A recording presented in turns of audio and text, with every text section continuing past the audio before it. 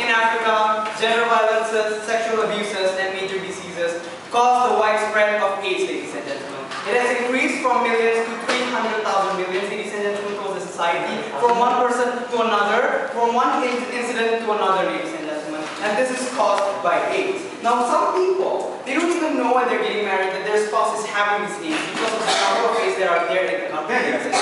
And we say that it's really important because first, some of them die because of it, definitely dies because of this. Second of all, it passes these diseases towards their family, genetically, ladies and gentlemen. And not only that, they cause danger to their surrounding people, ladies and gentlemen, because they involve a lot of people, especially in their lives, right, ladies and gentlemen. So this is where we say that this is important, ladies and gentlemen. So let's take a look at what the status quo is doing. They're basically having organizations which support these kind of acts, support the solving of AIDS, ladies and gentlemen. First, they strengthen the security forces to reduce the number of abuses that are there. Second, they ensure that the education of protection is there, ladies and gentlemen. But we say that this is not enough. We say that we need to take an extra measure, the next step to ensure that these kind of acts are reduced totally, ladies and gentlemen. We say that this is a stepping stone for these kind of acts to the widespread of disease to reduce in a significant form, ladies and gentlemen. So this debate is whether or not, by informing or disclosing this kind of information before marriage, we reduce the number of AIDS and widespread, ladies and gentlemen.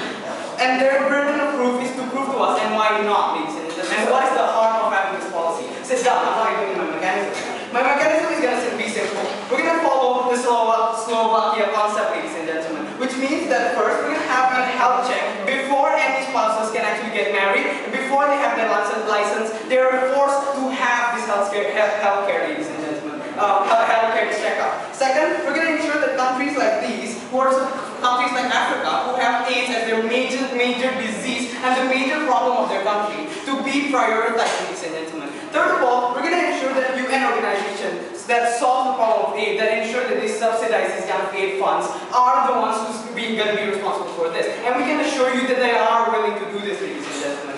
First, sit down. We're going to ensure that we're not going to prevent them from getting married. We're going to ensure, as long as we tell them that their spouse is the one who's getting the disease, we're not going to force them to get married, ladies and gentlemen. And last but not least, if they ensure that they still want to get married to those who are having AIDS, we're going to give them a special education on protection to ensure that these protections can be met with and our goal can be met with, ladies and gentlemen. Sir, before I move on to my argument, yes, I'll give you a But don't you think that if you think that this would be effective, you at least hope a lot of people to still cancel their marriage after knowing their spouse confronts HIV? Right, exactly. The problem with that is, we only want to ensure that they know about this, ladies and gentlemen. The major problem with this is because they don't know. Now the idea is, take it in a logical sense, ladies and gentlemen. When a person knows that a human being, who they're going to live the rest of their life with this having AIDS, isn't that their responsibility to have the right to think, ladies and gentlemen? Because this is what the government does. They give them a decision, but then they ensure that the society are the ones who decide this. This is the same case with smoking, right? They allow the government, the society to sell smoke, but they give you the decision to buy smoke or not, but ensure that you are not supposed to smoke around other people, right? This is the same scenario here. Let's go towards my first argument, right?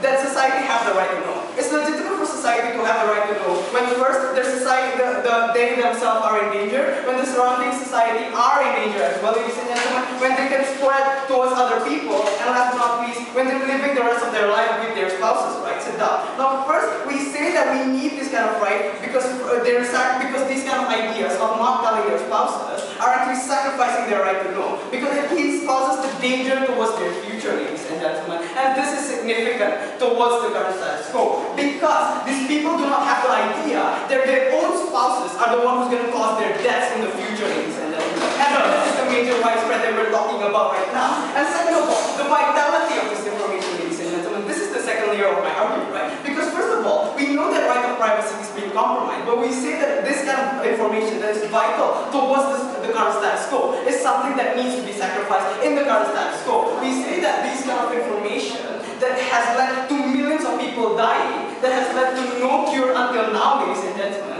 it is vital that these information are ensured towards the society, to ensure that every part of the society know about these causes, ladies and gentlemen. And the matter of fact is, most people in Africa don't even know that there is this kind of situation, ladies and gentlemen. They don't even know how it can be spread from one person to another. This is where we say that there is this next step towards the main goal of this organization, whereby they want to save the lives of people. They want to ensure that everyone knows what they're doing. And second of all, we believe that this is the obligation of the government when they're fulfilling their social contract, right? Because first, it's their obligation when society is in danger. Again, secondly, when these diseases cannot be stopped, when the society is in need, ladies and gentlemen. We say when people have the right, when people have the basic right of happiness, ladies and gentlemen, this is where the government comes in, because it's their obligation to fulfill their social contract, especially when the society can do nothing about it, when their society has no path where they can solve their own problems, where their society do not even know what to do in these kind of situations, ladies and gentlemen. This is where governments who can